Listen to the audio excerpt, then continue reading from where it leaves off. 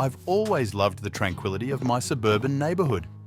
At 30 years old, my evenings are typically spent on the porch with a cup of coffee, enjoying the peaceful silence. My dog, Rex, is my constant companion, usually quiet and content to sit by my side. However, things changed when Jason moved in next door. Jason seemed like a friendly guy, just 2 years younger than me. I welcomed him to the neighborhood and we exchanged the usual pleasantries. But Rex's reaction to him was immediate and unsettling. Every time Jason came home, Rex would bark incessantly, growling and baring his teeth. This wasn't normal behavior for Rex. He was usually so calm and friendly. As weeks turned into months, Rex's behavior didn't change. Every time Jason's car pulled into his driveway, Rex would go wild. I took him to the vet, worried that something was wrong, but the vet found nothing. "Maybe he just doesn't like your new neighbor," the vet suggested with a shrug. I couldn't shake the feeling that something was off. I invited Jason over for dinner one evening, hoping to figure out why Rex reacted so strongly to him. Jason was charming and polite, but Rex's reaction was even worse up close. He barked furiously, straining against his leash, eyes fixed on Jason. I apologized, embarrassed, but Jason just laughed it off, though his eyes didn't quite match his smile. A sense of dread began to gnaw at me. I started noticing other strange things about Jason. His curtains were always drawn, and there was a peculiar, metallic smell that seemed to waft from his garage. My curiosity got the better of me, and one night I decided to take a closer look. I waited until Jason left and then approached his house.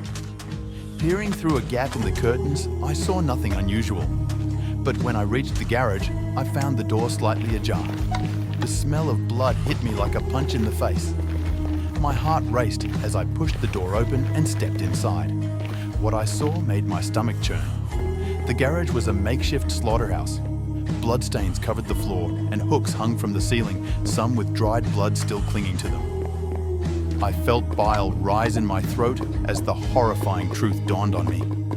Rex had been reacting to the scent of blood that clung to Jason.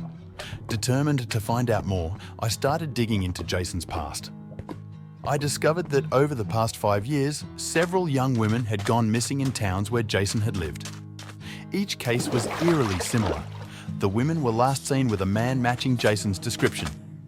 Before I could act, Jason suddenly moved out. One day he was there, and the next he was gone without a word.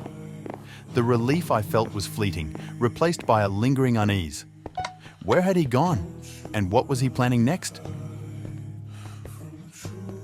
2 months later, the police knocked on my door. The officer introduced himself and asked if I had known the previous tenant of the house next door. I told him what little I knew about Jason and mentioned the strange behavior of my dog.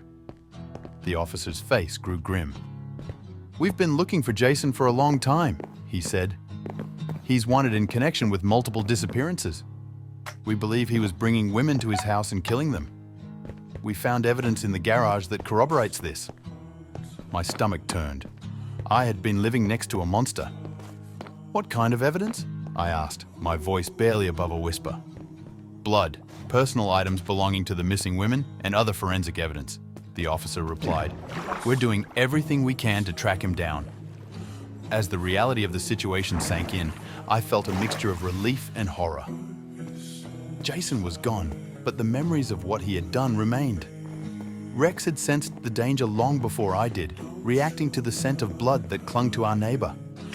Even now, months later, I can't forget the sight of that blood-stained garage. Rex still growls whenever we pass by the now empty house, a reminder of the darkness that had lurked next door. The neighborhood has returned to its peaceful state, but the shadows of Jason's deeds continue to haunt me. And I carry a secret burden. I didn't tell the police about what I had found in Jason's garage. The fear that Jason might return, seeking revenge, kept me silent. The thought of those cold, calculating eyes filled me with dread. I still look over my shoulder, worried that one day he might come back for me.